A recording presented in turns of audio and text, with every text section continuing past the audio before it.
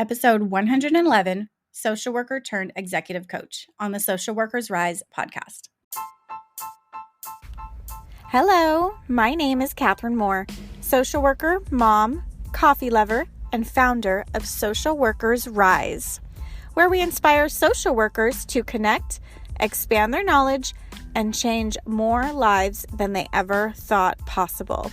I'm so excited you found my podcast. We will talk everything social work on every level from micro to macro. We will hear the stories of social workers who are doing big things, learn new skills, and most importantly, give you actionable steps to make a difference today. Let's go.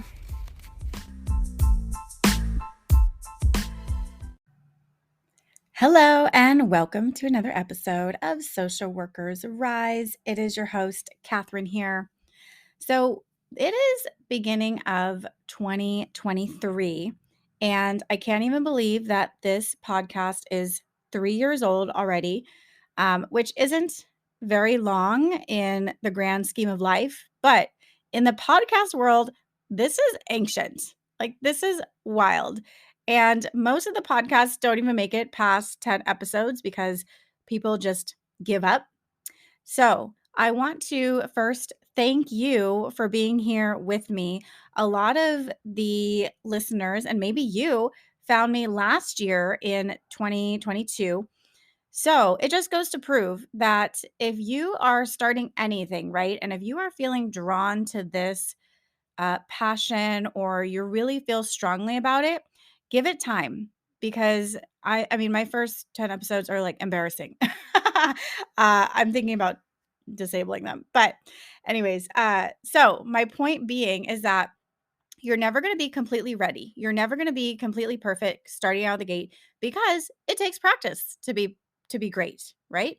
Even after 110, 11 episodes, I'm still learning something new about podcasting all the time. I don't even consider myself a podcast expert. I feel like I've passed like 101. I feel like I'm definitely maybe, in like 105 now, but definitely not an expert by any means.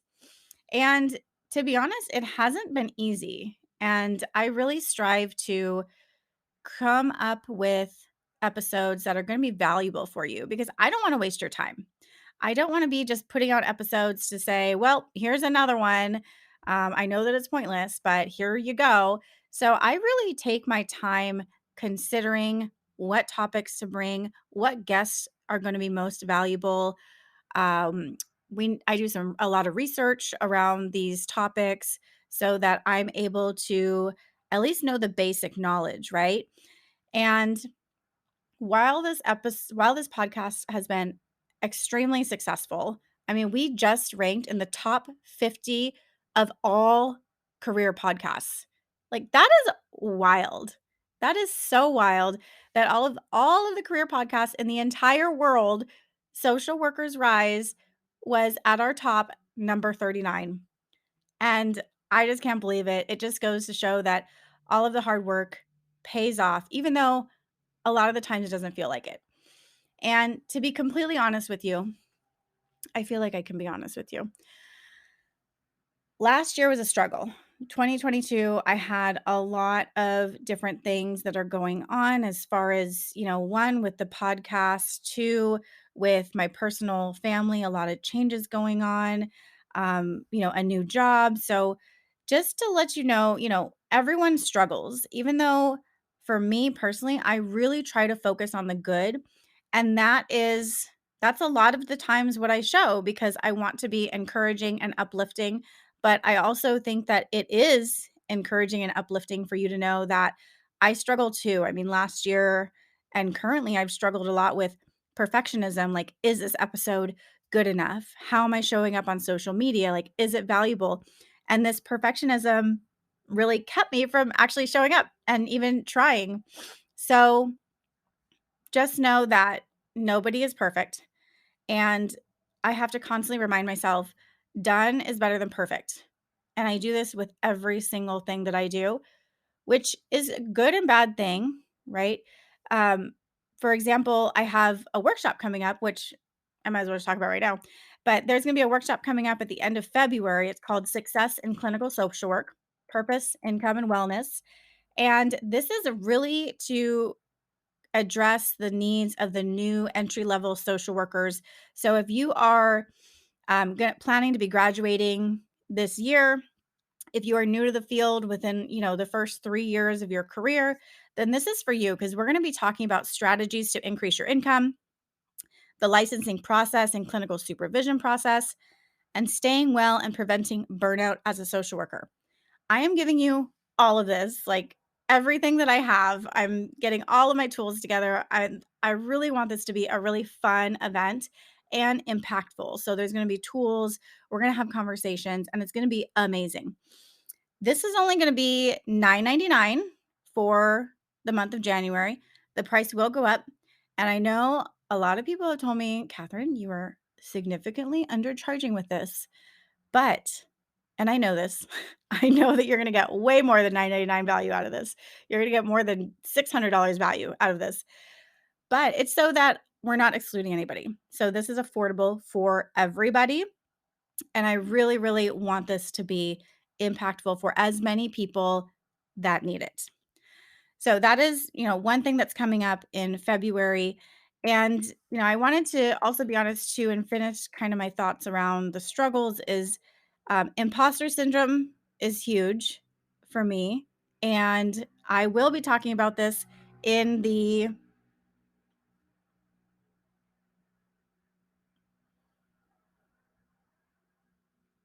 workshop. And even it's like ironic because I struggle with imposter syndrome and then I'm also going to present on imposter syndrome. And then I'm thinking, who am I to present on imposter syndrome? So it's just this never ending cycle. But like I said, done is better than perfect. So I'm going to give you all that I have.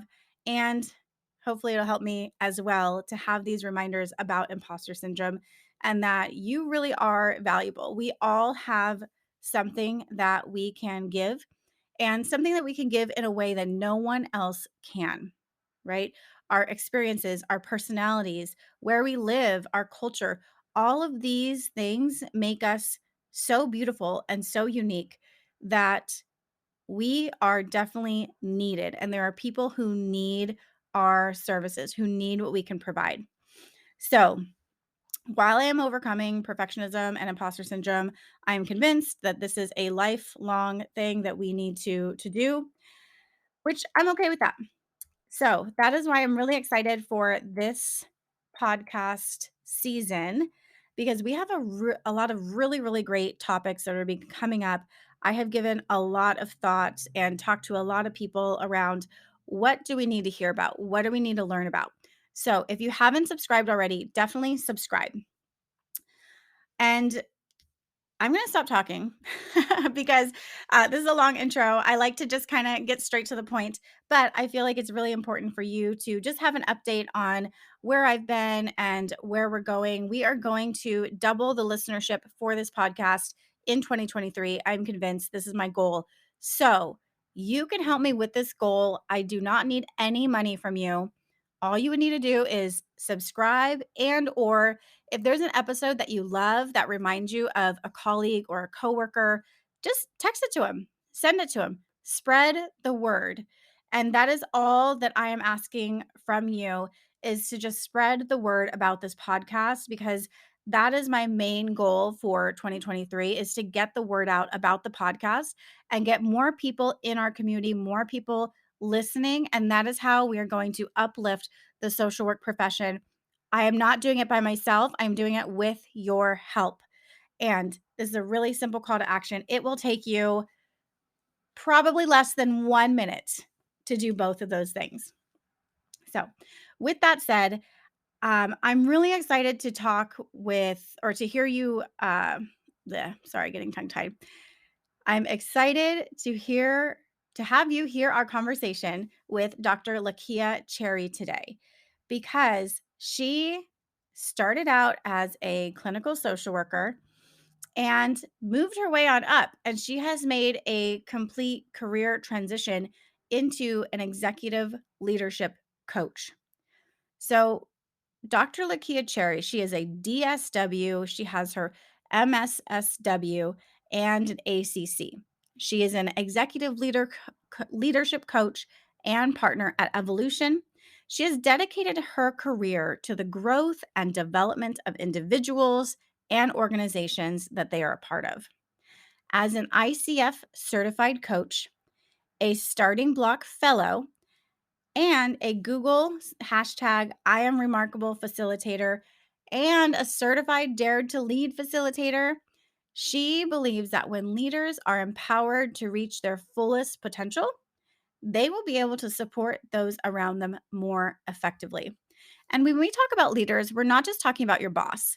We're talking about you, the social worker who is listening to this episode right now. You are a leader. You are a leader in so many ways. And I know that you can get a lot from this conversation, especially if you're curious about coaching, about going into coaching. What does that look like? Could it be a good fit for you? And coaching is really cool, in my opinion, because the skills that we learn as social workers are perfect for coaching, for helping people to find their way, get clarity, get direction. And also, the other good thing is you don't have to be licensed for this. So you can do this with your bachelor's of social work, your master's of social work. You could do this at any point in your career. So that is the really cool thing about this. We're going to hop right into this episode after this short ad from the Rise Directory.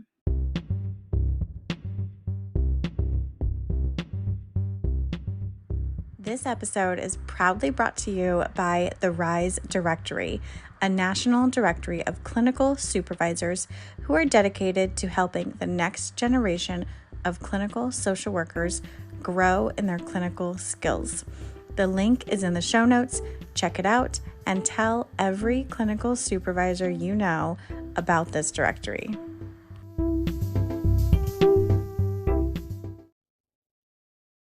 Hello, and welcome to another episode of Social Workers Rise. We are here with Lakeya Cherry. Welcome to the podcast, Lakeya. Thank you so much, Catherine. I'm excited to have you because I've been following you on LinkedIn for, it must be years now. So I've admired the work that you do. You have had some leadership positions, and now you're on your own entrepreneurship venture. So I'm really excited to have this conversation with you. Yeah, looking forward to it. Yeah, so I think I wanted to start with your current role, but I think it would be really good to kind of give us a little brief history of what you've been up to recently, because I know you've made a transition. Oh, good question. Okay, so I am a former nonprofit CEO. I was the CEO of an organization called the Network for Social Work Management for almost 9 years. I transitioned from that role last July. And since July 1st, I've been on my own as a full-time small business owner and partner at a firm called Evolution. So while at the network, I did a lot of leadership development and capacity building for social workers, as well as health and human services professionals, general nonprofit workers, all again around leadership development. And from doing that for so long, I learned that I wanted to become a coach. I wanted to facilitate more. I wanted to train more. So not only did I want to seek out these type of people to offer services to our audience, I wanted to be one of the people doing the work. So it took courage and it took a lot of learning in order to get me in a place where I felt comfortable to leave. Yeah, and I think that is a really great point because a lot of people struggle with that because we have our social work jobs, they pay us a nice salary, we're comfortable, even though we might not necessarily be really happy or fulfilled anymore.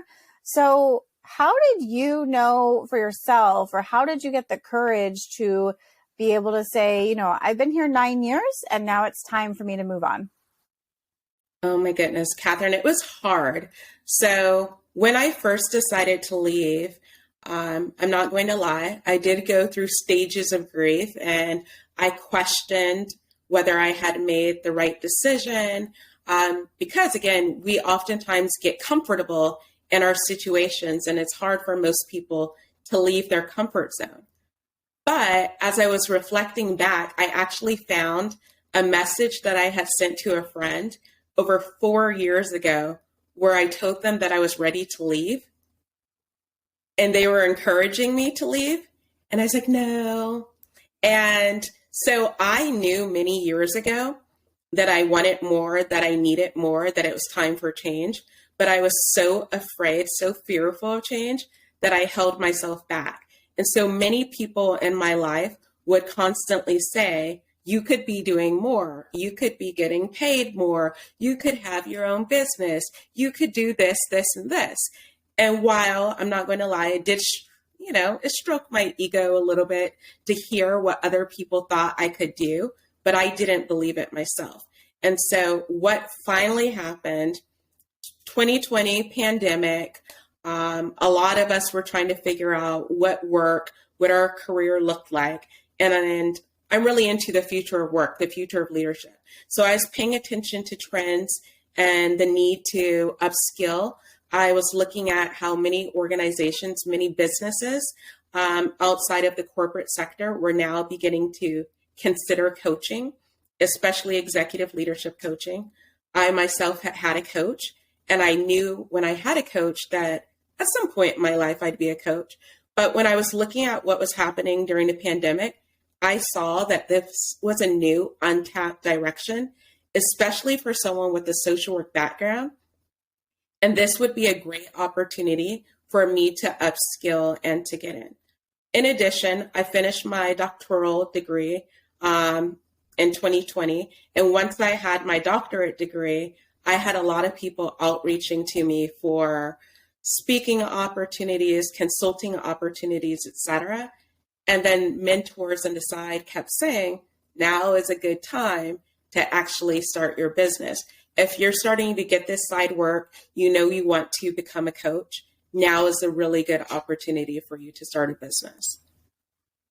That's amazing. So I know that there in our world, right, there's a kind of a tension sometimes between therapists and coaches. So what would you say is the difference? Well, I think that, so the quick and easy difference, therapists look back, coaches look forward. And so they definitely go hand in hand, but oftentimes therapists are addressing trauma. They're addressing your past in order to help you to move forward, whereas coaches are oftentimes focusing on where you want to go. And so fortunately, I guess for many of the people that I see as a coach, I have experience in both. I was a therapist early in my career, so I am able to quickly address some of their behaviors, some of what they experience, in order to understand them a little bit more, so that we can actively focus on their future. But oftentimes with my coaching clients, if I recognize or identify trauma or a barrier, I'll ask them whether or not they already have a therapist, or one of their coaching goals that I recommend is that they immediately find a therapist so that they could work with the therapist alongside the work they're doing with me as their coach. That's awesome, because it sounds like there really is a place for everybody. Like everyone has a purpose here. And I've seen too that there's less stigma with hiring a coach. A lot of times people, they know they need help, but they're just not really sure where to go. And a coach sounds like a safe place. That's interesting. I never thought of it that way, but I think therapy oftentimes does get a bad rap. And especially when you think of people from marginalized backgrounds, many of them aren't necessarily comfortable with going to a therapist. I remember I was coaching someone and he referred to it as counseling. And it is counseling essentially, but he would not refer to it as therapy. And so for a variety of factors, some we know, some we don't, there is a lot of stigma, whereas coaching, most people, when they think of coaching, they're thinking of sports. And, with sports, your coach is helping you to be your best, to do better, to work as a team, etc. And usually there's not a negative connotation associated with a sports coach. So it doesn't surprise me that coaching is something that people are more receptive to, even if they don't necessarily understand it within a leadership context. Right. Yeah, that makes sense. So what would you say would be the best part of your job right now? Like, what do you enjoy the most? I like freedom. So for me, early in my career, I thought that success was titles and money and prestige. And while, don't get me wrong, while a lot of that matters to some extent, I really value autonomy and freedom. I know what I like. I don't like to be micromanaged. I know what my interests are. I want to have the ability to decide what type of projects I want to work with, who I want to work with, to actually be able to effectively implement boundaries without fear of losing my job. If I'm tired, I want to be able to rest. I want to be able to recognize that I'm not in a mindset to focus on something and go on a walk without fearing that I'm going to get in trouble or something's going to happen. Not to say that this has happened to me, but I think when I work for other people, in my mind, they own me, so to speak, during a set, amount of hours, or I have to overproduce in order to really effectively show that I'm worth being in that role and that I'm capable of being here and sustaining the organization, et cetera. Whereas on my own, there's still stress. Like, don't get me wrong, there's still a lot of stress, but I'm more relaxed and more willing to say, you know what, I'm going to stop working for the rest of the day. I'm going to go get my nails done. I'm going for a walk. So my self-care has significantly improved since becoming my own boss. Yes. And that makes a world of difference. And it just brings up your whole quality of life. Yeah. And it's a transition. So it's a transition where, you have to hustle to an extent. And so you do have to network. You have to have a brand. You have to really get yourself out there. You have to do lead generation. So you have to do all of the things necessary in order to get clients and to have a successful business. So in the beginning, there's a lot more pressure. And again, I'm still relatively new at this, but I realized if I want things to be different, I really need to change. And I can't make the same excuses when I am fully in the driver's seat for my life. And so it's the whole concept of self-determination. If I'm here and I'm responsible for my life, I can't really say, it's Catherine's fault or anybody else's fault that I'm not eating lunch or taking a walk or doing anything else that I need for myself. Right. And it sounds like that takes a really large amount of self-discipline too, because sometimes people would thrive on the pressure, right? Like, oh, somebody's going to be watching me. Someone's going to find out that I took a nap at work or something. Exactly. Which is why people love working from home now. Yes, that's true. But for being an entrepreneur, and this is true I know there's a lot of social workers who are looking at becoming coaches or people who are looking to open up their private practice, that it is a lot of work. And this has been my experience of starting an entrepreneur ventureship. Is it's a lot of work, like more work than I would have done at my job. But definitely, it's working for me, right? Mm-hmm. Like, this is my investment into my own future, as opposed to investing into someone else's future or someone else's business, someone else's dream. Yeah, I was just telling a friend the other day, oh my goodness, I said to her, I said, this is so much work. I don't have an assistant anymore. I'm responsible for my accounting, my financial management, my marketing, my biz dev, every single element of a business. I'm currently responsible for that, which can be extremely overwhelming. But I said, you know what? it's worth it. Like, it's so worth it. Where for me, again, there are days where I'm just like, oh my gosh, what am I doing? But I'm going to figure it out because I like the freedom that I have. And when I have those wins, like, I feel so proud of myself. Like, I feel so excited. And it's completely different, to your point, than when you're working for somebody else and their dream and they have control over you and what you do. Yep, exactly. Exactly. I'm wondering, now as an entrepreneur and it's a whole new venture, right? Something that's not familiar, not comfortable, uncomfortable even. Do you ever start to feel like imposter syndrome creeping in? No, only because I went through the imposter syndrome before making the decision. So I doubted myself and my abilities early on, which prevented me from doing this sooner. And so I began to recognize that, one, I am valuable, I am remarkable, that I do have a lot of education and a lot of experience that a lot of people oftentimes rely on. So why am I not seeing this myself? Why am I the person that's holding myself back? But I also began to look at it from a systemic lens, especially as a Black woman. And I recognized that a lot of the self-doubt I had was because of me existing in a world that wasn't designed for me. I put all these extra kind of conditions on myself. Like, you have to be perfect in order to maintain this job, in order for them to see you as good enough, without recognizing that I already was good enough. I already was successful. And so once I kind of transitioned the way I was looking at it, I was like, yeah, I'm afraid, but I'm not an imposter here. I belong.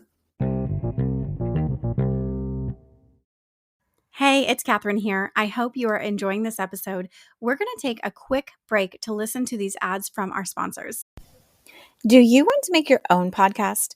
Spotify has a platform that lets you make one super easily, then distribute it everywhere and even earn money all in one place for free. It's called Spotify for Podcasters. And this is the platform that I use because it makes it so simple to record and distribute your podcast all in one place using your cell phone.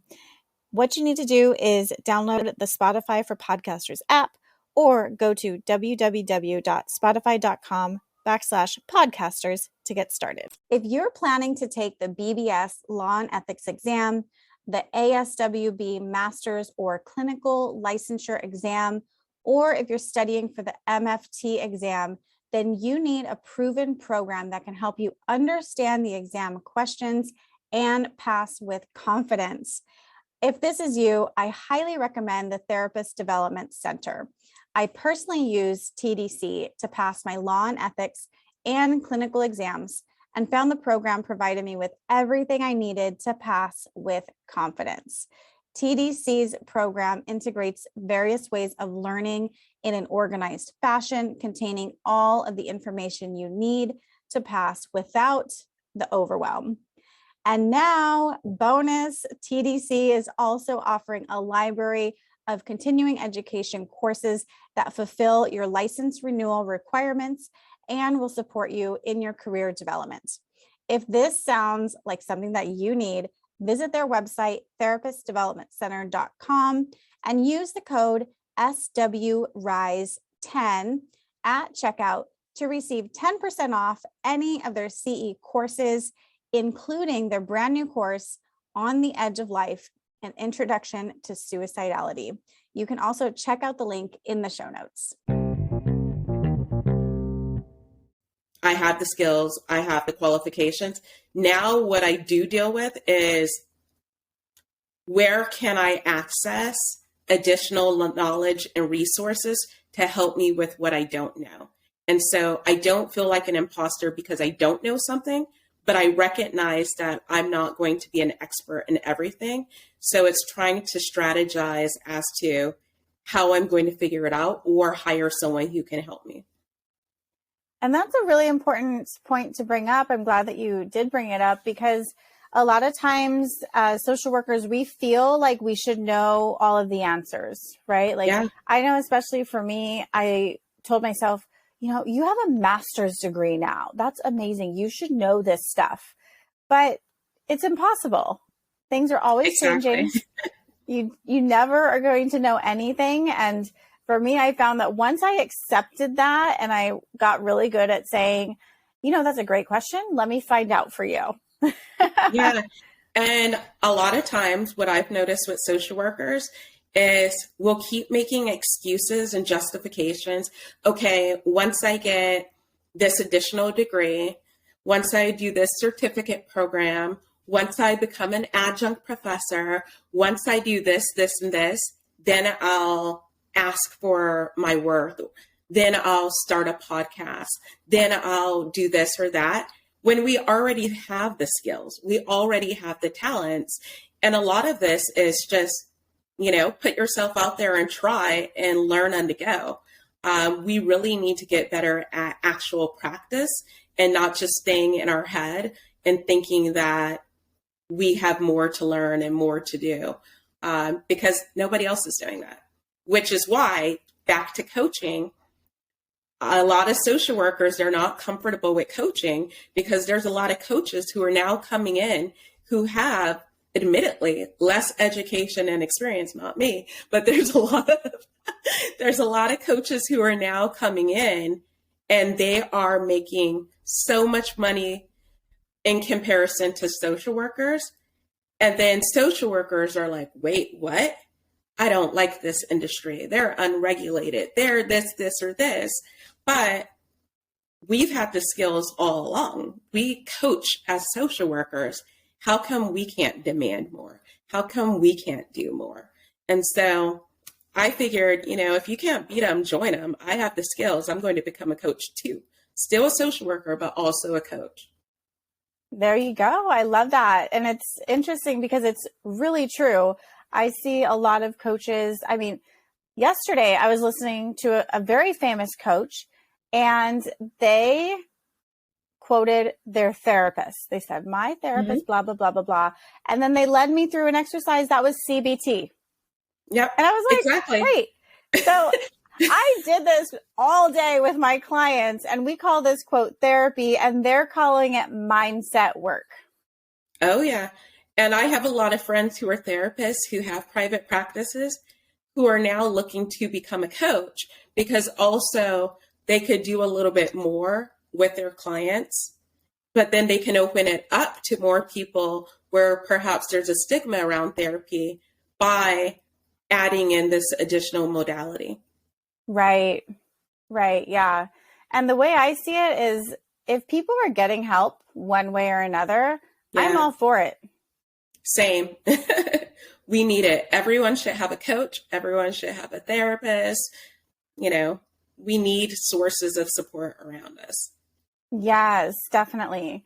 So what do you think makes a good coach? Like if we're thinking, okay, I want to go on an entrepreneurship, ventureship, whatever it might be, starting your own nonprofit, starting your own business, starting your own private practice, how, where would we even go to find a coach? Do you have any recommendations or suggestions? There's a lot of different places. It does depend on budget, but it also depends on what you're looking for. There are business coaches, there's leadership coaches, there's executive coaches, there's executive leadership coaches, there's life coaches. So there's a lot of different coaches. You have to decide, do you want a coach of color? Do you want a coach of a certain gender? Do you want to work, in group coaching? There's also group coaching programs. Or do you want to work one-on-one? And so really thinking about what you're looking for. And once you have identified that criteria, for example, I'm a partner at a firm where we have over 30 coaches, and all of us have extensive knowledge and experience in completely different areas.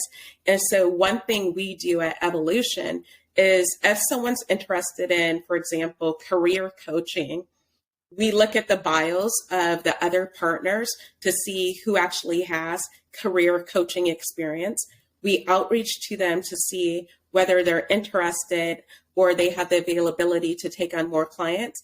And then we give that prospective client all of the bios of the people who fit the criteria of what they're looking for.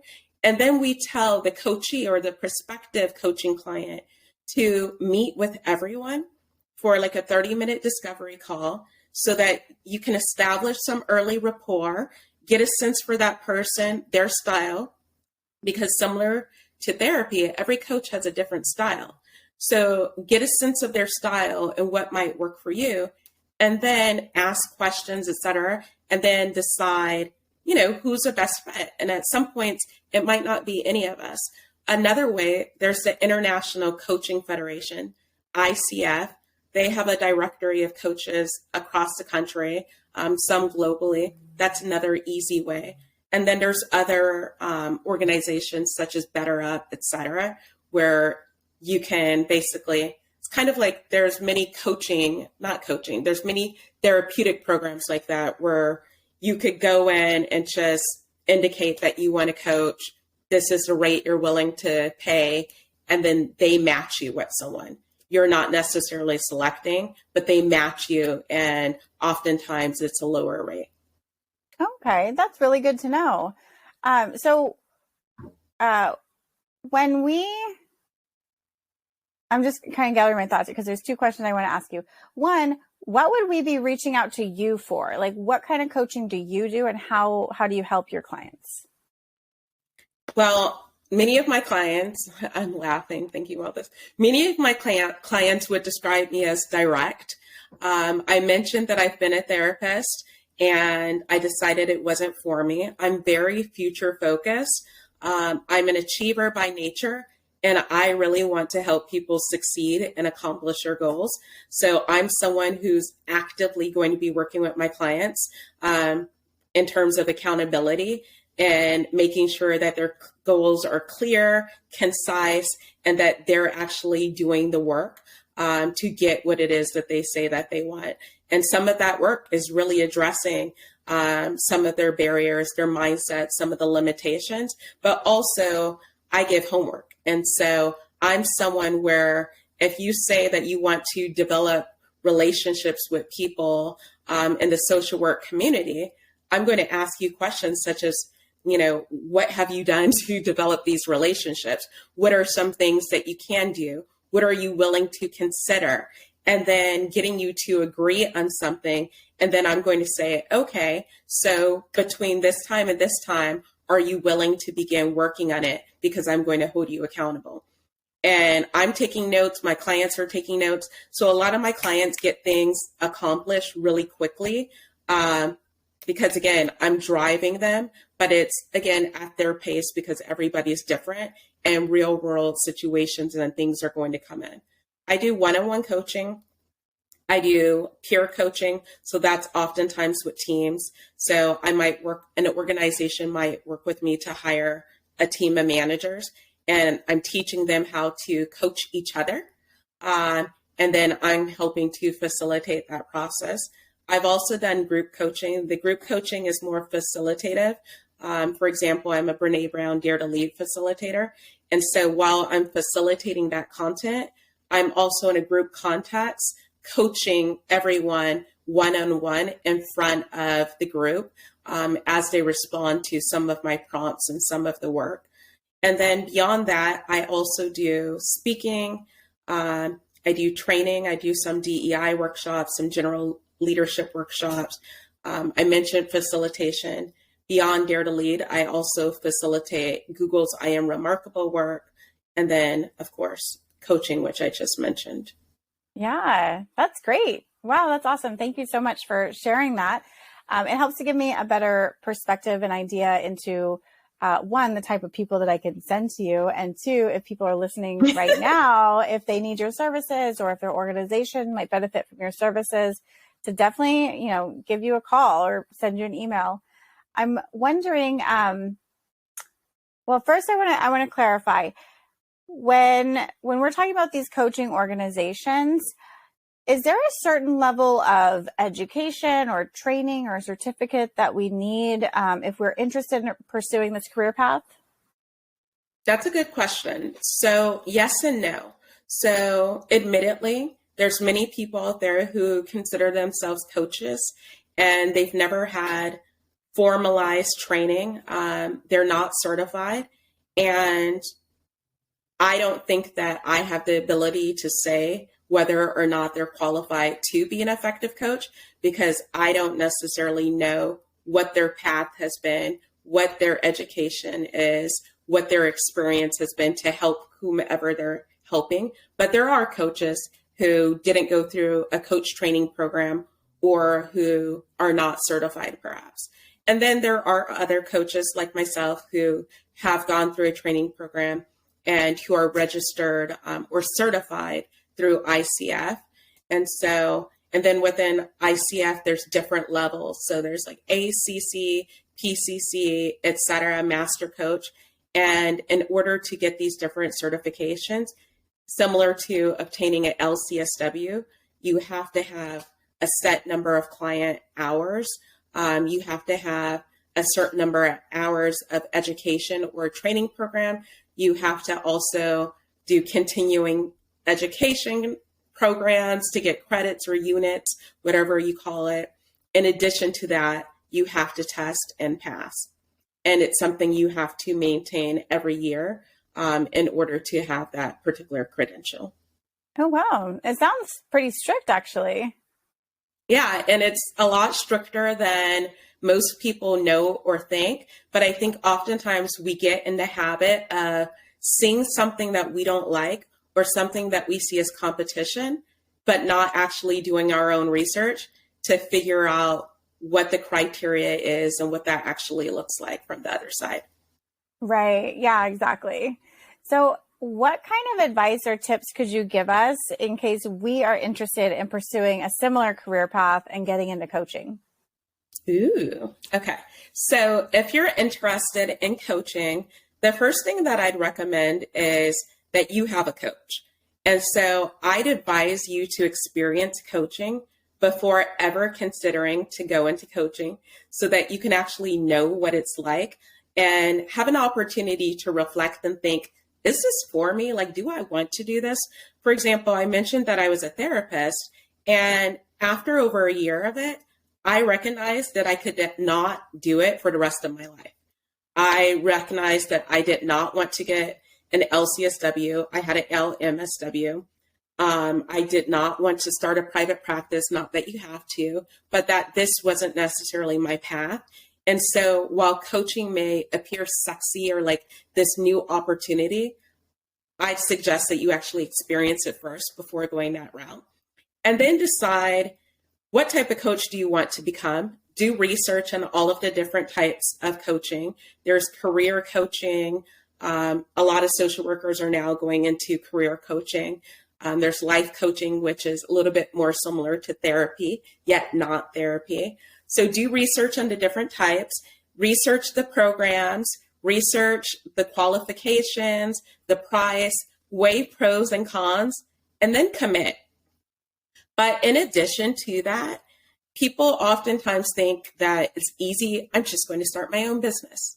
Oh no, starting your own business, as we said in the beginning, is a ton of work. You need to have a brand. And so you need to be comfortable posting on social media and or cold calling people, outreaching, generating leads. And if you're not familiar with that, if you're uncomfortable with that, you also need to address those areas. Otherwise, say for instance, you get your LCSW and you want to start a private practice, or you get your coaching certification. How are you going to get your clients? How are people going to know who you are or even trust you to hire you, especially when it's so competitive and you could go to so many other therapists or so many other coaches? So I think it's important that you're doing some work around biz dev in terms of learning what it actually means and what it looks like. So you're upskilling there, but then you're also really researching what it means to be a coach, what the different programs are, the process, and whether you're willing to invest not just the money to get the certification, but invest in all of the other stuff that comes with it. So this is really a long-term strategy that we're talking about here. Like if we want to become a coach, you're recommending that we experience coaching for ourselves, hire somebody, do the research, see what is out there, see what you're going to need help with, and how each coach might be able to help you in a different way.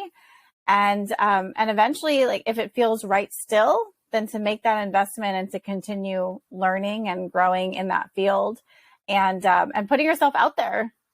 Oh yeah, definitely put yourself out there. And again, that is if you want to be a coach that is certified. Like I said, I've seen many people, I've even seen social workers who, because they have their LCSW and perhaps they have a private practice, they feel that they already have the coaching skills and training that they need. And so now, on their websites, on their business cards, they also put coach. Mm-hmm. Like yours truly. I do career coaching for entry-level social workers, and I don't have a certificate in that per se, but I've been there, done that. Yeah. I talked to many, many social workers. I've helped them all, and I was doing it for free. And now I'm like, I just can't keep doing it for free. So we need to actually legitimize this process. Exactly. And that's perfectly okay because, again, you have the experience. You have the lived and the professional experience doing it. And if you're already doing it for free, if people are already coming to you, they see value in you, why not monetize it? Especially we have to survive. We should be paid our worth. So good for you. Yeah. Well, thank you. Thank you, Lakeya, for sharing all of these gems. Really excited for you and what 2023 has in store for you. Where can people find you and connect with you? You can find me at lakeyacherry.com, LakeyaCherry.com, or at evolution.team. Great. Thank you so much. Bye. Bye. Thank you. Cool. Thank you. Bye.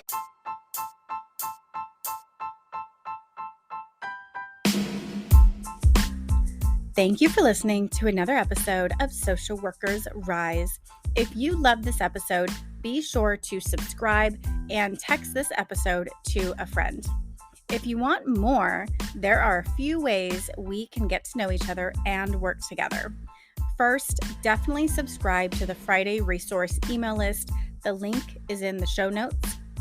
And that's where you can learn more about the courses I offer, including Clinical Essentials for the Future Therapist and the Pulse Basics for Medical Social Workers. I'll also be sending out occasional tips and resources and other happenings within the social work industry. And for all your clinical supervision needs, be sure to visit risedirectory.com. This is a national directory of clinical supervisors for social workers, and we also provide free resources that you can use within your own clinical supervision.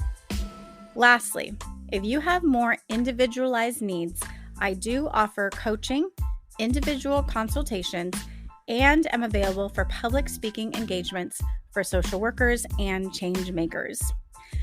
Lastly, the boring legal stuff, but very important. The information in this podcast is not meant to be a supplement for therapy, professional advice, or clinical supervision. This content is provided as is solely for informational purposes. It is not legal, health, or safety advice. I am not advising you as a therapist. Organizations should engage their own experts to ensure any adopted measures are compliant with applicable laws and standards in their jurisdictions. The opinions expressed by individuals or organizations are their own and do not reflect the views or opinions of Social Workers Rise or Catherine Moore. References to specific products or organizations do not constitute any endorsement or recommendations by Social Workers Rise.